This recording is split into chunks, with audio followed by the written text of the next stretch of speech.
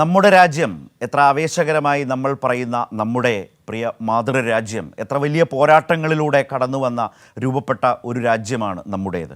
ആ പോരാട്ടങ്ങളുടെ ഓർമ്മകൾ, അതിൻ്റെ ആവേശം, ആ ചരിത്രപരമായ ഒരു കാലത്തിൻ്റെ, ഒരു തലമുറയുടെ, ഞാൻ തുടക്കത്തിൽ സൂചിപ്പിച്ചതുപോലെ ധീരമായ പോരാട്ടത്തിൻ്റെ, ധീര രക്തസാക്ഷിത്വം വഹിച്ച ധീര ദേശാഭിമാനികളായിട്ടുള്ള രക്തസാക്ഷികൾ, അവരുടെയൊക്കെ ഒരു വലിയ പോരാട്ടത്തിൻ്റെ ഭാഗമാണ്, അതിൻ്റെ തുടരവസ്ഥയാണ് ഇന്ന് കാണുന്ന ഇന്ത്യ എന്നുള്ളത് ഓരോ നിമിഷവും കൂടുതലായി ഓർക്കേണ്ടതായ ഒരു കാലത്തിലൂടെ കടന്നു പോകുമ്പോഴാണ് നമ്മളും നമ്മുടെ രാജ്യവും മാതൃരാജ്യം 79ാമത് സ്വാതന്ത്ര്യ ദിനാഘോഷം ആ നിറവിലൂടെ അങ്ങനെ കടന്നു പോകുന്നത്. പ്രധാനമന്ത്രി നരേന്ദ്രമോദി ചെങ്കോട്ടയിൽ നിന്നും രാജ്യത്തെ ഇന്ന് അഭിസംബോധന ചെയ്യും. സ്വാതന്ത്ര്യ സമര സേനാനികളുടെ സ്വപ്നങ്ങൾ സാക്ഷാത്കരിക്കാൻ പ്രചോദനമാകട്ടെ എന്നാണ് ഈ സ്വാതന്ത്ര്യ ദിനത്തെക്കുറിച്ച് പ്രധാനമന്ത്രി സ്വാതന്ത്ര്യദിന സന്ദേശത്തിൽ ആശംസിച്ചത്.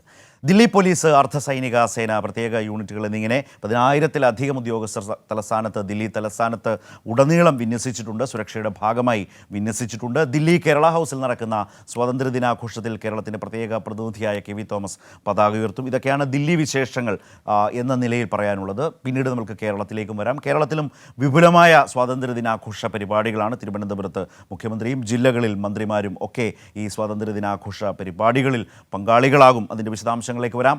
ദില്ലിയിൽ നിന്ന് ഇപ്പോൾ സിബിയാണ് തുടക്കത്തിൽ നമ്മളോടൊപ്പം ചേരുന്നത്. സിബിയിലേക്ക് പോകാം. Sibi, good morning.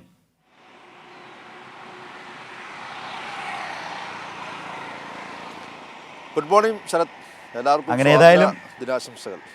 അതെ, അപ്പോൾ ഒരു മാധ്യമപ്രവർത്തകൻ എന്ന നിലയിൽ അങ്ങനെ രാജ്യതലസ്ഥാനത്ത് നിന്ന് ഒരു സ്വാതന്ത്ര്യദിനം അങ്ങനെ കാണുകയാണ്, തൊട്ടടുത്ത് നിന്ന് കാണുകയാണല്ലേ. എങ്ങനെയുണ്ട് ദില്ലി?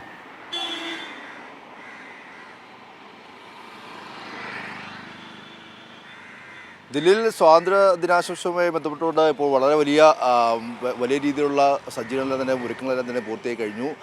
പ്രത്യേകിച്ച് രാജ്യതലസ്ഥാനം വളരെ വലിയ ഒരുക്കത്തിലായിരുന്നു കഴിഞ്ഞ കുറേ ദിവസങ്ങളിലായി. ഇന്നിപ്പോൾ രാവിലെ 7:18 പ്രധാനമന്ത്രി നരേന്ദ്രമോദി ചെങ്കോട്ടയിലേക്ക് എത്തും. അതിനുശേഷമായിരിക്കും ഈ സ്വാതന്ത്ര്യ ദിന പരിപാടികൾക്ക് തുടക്കം കുറിക്കുക.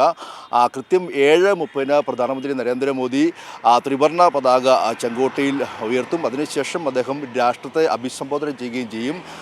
ചെങ്കോട്ടയിലെത്തുന്ന പ്രധാനമന്ത്രിയെ ഇന്നിപ്പോൾ പ്രതിരോധ മന്ത്രി രാജ്നാഥ് സിംഗും പ്രതിരോധ സെക്രട്ടറിയും മറ്റ് എല്ലാ കമാൻഡോകളും ചേർന്ന് സ്വീകരിക്കും. അതിനുശേഷമായിരിക്കും അദ്ദേഹം ചെങ്കോട്ടയിലെത്തുക. ചെങ്കോട്ടയിലായിരിക്കും അദ്ദേഹം ഇന്ന് ഇപ്പോൾ അവിടെ നിന്നായിരിക്കും അദ്ദേഹം രാഷ്ട്രത്തെ അഭിസംബോധന ചെയ്യുക. പ്രധാനമായും അതിൽ 2047 വികസിത ഭാരതം എന്ന ഒരു സങ്കല്പത്തിലൂടെ നവഭാരത് എന്ന ഒരു പ്രമേയത്തിലൂടെയാണ് ഈ തവണത്തെ 79ാമത് സ്വാതന്ത്ര്യ ദിനം ഇന്നിപ്പോൾ രാജ്യം കൊണ്ടാടുന്നത്.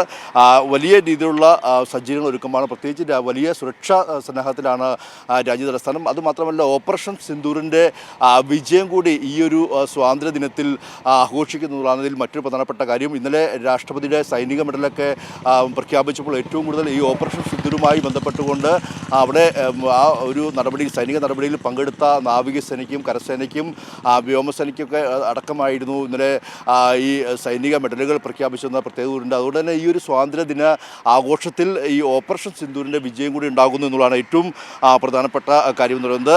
ഗ്യാൻപതിലെ വ്യൂ കട്ടറിൽ ഓപ്പറേഷൻ സിന്ദൂറിൻ്റെ ലോഗോ ഉണ്ടായിരിക്കും. അതുകൂടാതെ മറ്റുള്ള ഓപ്പറേഷൻ സിന്ദൂറുമായി ബന്ധപ്പെട്ടുള്ള മറ്റുള്ള അലങ്കാരങ്ങളെല്ലാം നിലവിൽ ഉണ്ടാകുമെന്നും അവിടെ അറിയിക്കുകയും ചെയ്തിട്ടുണ്ട്. 5000-ലധികം പ്രതിനിധികൾ ഈ ഒരു ചെങ്കോട്ടയിൽ പ്രധാനമന്ത്രി നരേന്ദ്രമോദി രാഷ്ട്രപതിയെ അഭിസംബോധന ചെയ്യുമ്പോഴും ഈ ത്രിവർണ്ണ പതാക ഉയർത്തുമ്പോഴെല്ലാം നിലയും ഈ ഇതിന് നേരിട്ട് സാക്ഷ്യം വഹിക്കാനുണ്ടാകും. അതിൽ സ്കൂൾ കുട്ടികളുണ്ടാകും, കൂടാതെ രാജ്യത്തിൻ്റെ മികച്ച കായിക താരങ്ങളുണ്ടാവും. അതുകൂടാതെ മറ്റുള്ള കർഷകരടക്കമുള്ള എല്ലാവരും നിലയും ഈ ഒരു ഇതിൻ്റെ ഭാഗമായി നേരിട്ട് കാണുന്നതിന് വേണ്ടി ഉണ്ടാകും. ഇന്നിപ്പോൾ രാവിലെ മുതൽ തന്നെ ചെങ്കോട്ടയിലേക്ക് ഈ അതിഥികളെല്ലാം നിലയും സ്വീകരിച്ചുകൊണ്ട് നേരത്തെ തന്നെ ആ ഗ്യാലറികളെല്ലാം നിലയും അവരെ ഇരുത്തി കൃത്യമായ പരിശോധനയിലൂടെ കയറ്റിവിട്ടുകൊണ്ടിരിക്കുകയാണ്. കൃത്യം 7:18 പ്രധാനമന്ത്രി നരേന്ദ്രമോദി ചെങ്കോട്ടയിലേക്ക് എത്തുക. അതിനുശേഷം 7:30 അദ്ദേഹം ഈ ത്രിവർണ്ണ പതാക ഉയർത്തും. ആ സമയത്ത് ഇന്ത്യൻ വ്യോമസേനയുടെ ഹെലികോപ്റ്ററുകൾ പുഷ്പവൃഷ്ടി നടത്തുകയും 21 വെടിയുണ്ടകളുടെ അകമ്പടിയോടെയാണ് അദ്ദേഹം ത്രിവർണ്ണ പതാക ചെങ്കോട്ടയിൽ ഉയർത്തുക. അതിനുശേഷമായിരിക്കും അദ്ദേഹം രാഷ്ട്രത്തെ അഭിസംബോധന ചെയ്യുക. നമുക്കറിയാം, ഇന്നലെ തന്നെ രാഷ്ട്രപതി ദ്രൗപദി മുർമു ഇന്നലെ അഭിസംബോധന ചെയ്തപ്പോൾ ഓപ്പറേഷൻ സിന്ദൂരുമായി ബന്ധപ്പെട്ടുകൊണ്ട് നമ്മുടെ രാജ്യത്തിൻ്റെ സൈനിക ശക്തി അത് ലോകത്തിലാകെ മാതൃകയായിരുന്നു എന്നായിരുന്നു അവർ പ്രസംഗിച്ചത്. ആ രീതിയിൽ ഓപ്പറേഷൻ സിന്ദൂരിൻ്റെ വിജയമായിരിക്കും ഒരുപക്ഷെ പ്രധാനമന്ത്രി നരേന്ദ്രമോദിയുടെ പ്രസംഗത്തിലുടനീളം ഉണ്ടാകുക. ഇന്നിപ്പോൾ വലിയ ആഘോഷ പരിപാടികളാണ് രാജ്യമെമ്പാടുമുള്ളത്. ഇന്ന് രാവിലെ എല്ലാ കേന്ദ്രമന്ത്രിമാരുടെയും ദില്ലിയിലെ വസതികളിൽ ദേശീയ പതാക ഉയർത്തിക്കഴിഞ്ഞു. ഇന്നിപ്പോൾ രാവിലെ 9 മണിയോടെ കേരള ഹൗസിൽ ദില്ലിയിലെ പ്രത്യേക പ്രതിനിധി KV തോമസ് ദേശീയ പതാക ഉയർത്തും. അങ്ങനെ വിപുലമായ ആഘോഷ പരിപാടികളാണ് ഈ രാജ്യം ആകെ. ശരി സിബി, നമുക്ക് അതെ കാരണം രാജ്യത്തെ സംബന്ധിച്ച് ഇപ്പോൾ സിബി പറഞ്ഞതുപോലെ അങ്ങേയറ്റം വൈകാരികമായ ഒരു ദിവസമാണ്. എത്ര വലിയ പോരാട്ടത്തിലൂടെയാണ് നമ്മുടെ ധീരദേശാഭിമാനികളായിട്ടുള്ള സ്വാതന്ത്ര്യ സമര സേനാനികൾ ഈ രാജ്യത്തിന് സ്വാതന്ത്ര്യം നേടിത്തന്നത്. അങ്ങനെ നേടിയെടുത്ത സ്വാതന്ത്ര്യമാണിത്.